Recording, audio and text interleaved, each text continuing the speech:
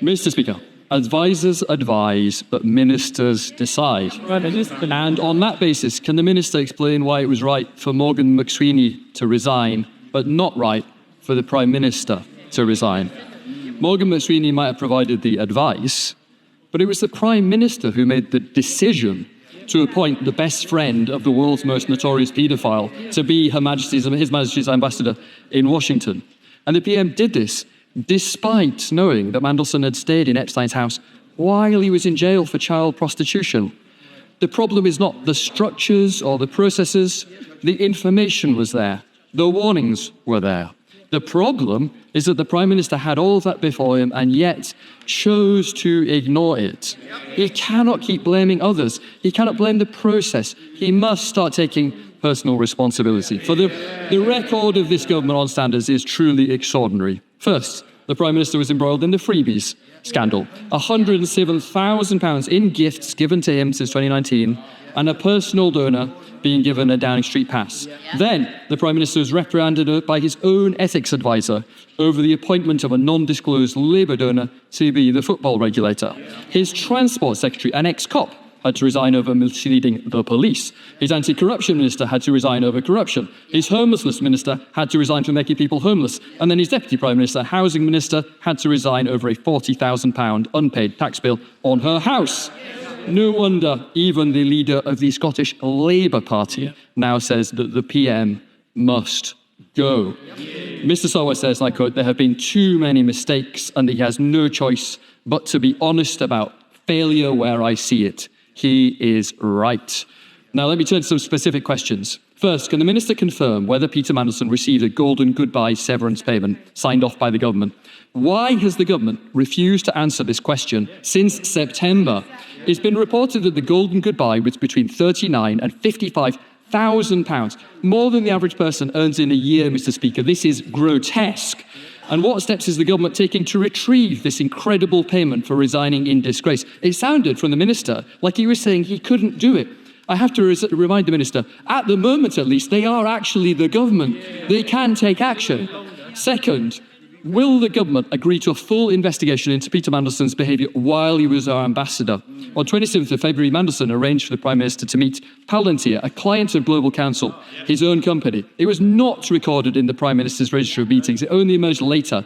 Palantir were then directly awarded a £240 million contract by the government. I make no criticism of Palantir. My point is simply, why wasn't it recorded? How many more such lobbyist meetings with the PM were there? And what other inside information was being shared? Will he agree, yes or no, to a full inquiry into Mandelson's time as our ambassador? Third, let me ask about another New Labour veteran put forward for a public office despite his known association with a paedophile. Number 10 have said that they investigated Matthew Doyle's relationship with a convicted paedophile, Sean Morton.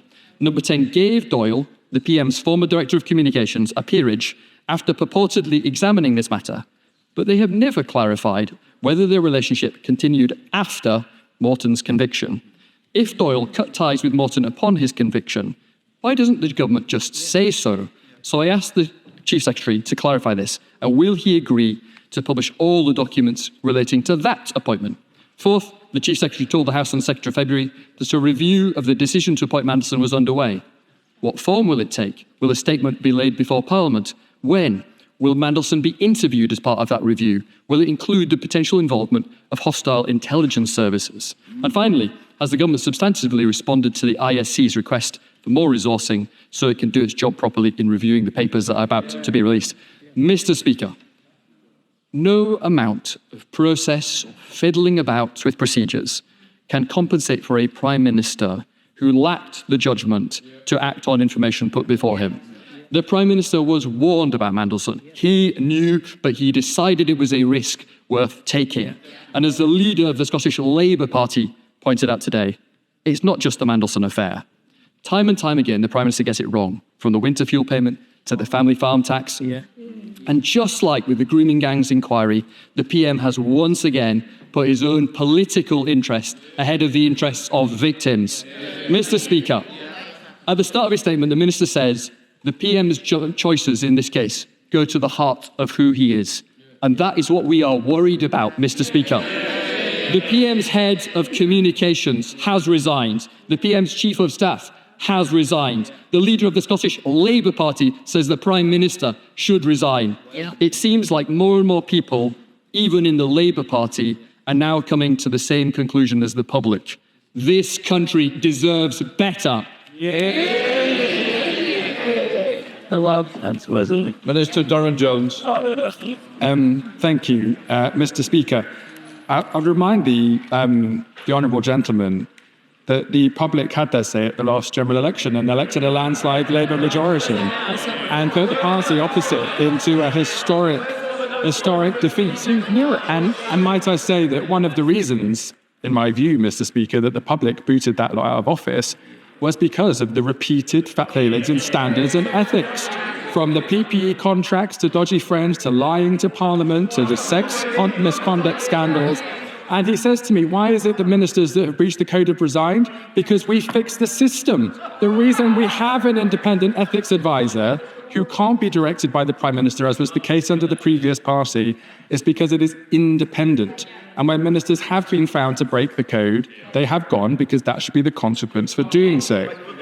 The honourable member has asked me about what the Prime Minister knew at the time of Peter Mandelson's appointment. The Prime Minister has answered this question repeatedly, Mr. Speaker. The information that has come out since his appointment has made it clear that Peter lied to the Prime Minister about the state of his relationship with Jeffrey Epstein. And had the Prime Minister had known then, at the point of appointment, what we all know now, with the privilege of hindsight, he would not have appointed him in the first place. He asked me a number of questions about the process, I think, which flow from the humble address. As I've already informed the House, Mr. Speaker, the government is working with the leadership of the Intelligence and Security Committee to ensure that we can comply with the humble address and cooperate with transparency to release the documents in the way that we have said we will, in compliance with the Met Police investigation and other constraints which are currently being managed. And we will ensure that the Intelligence and Security Committee is given all the available support it needs to be able to service the House effectively in line with the humble address.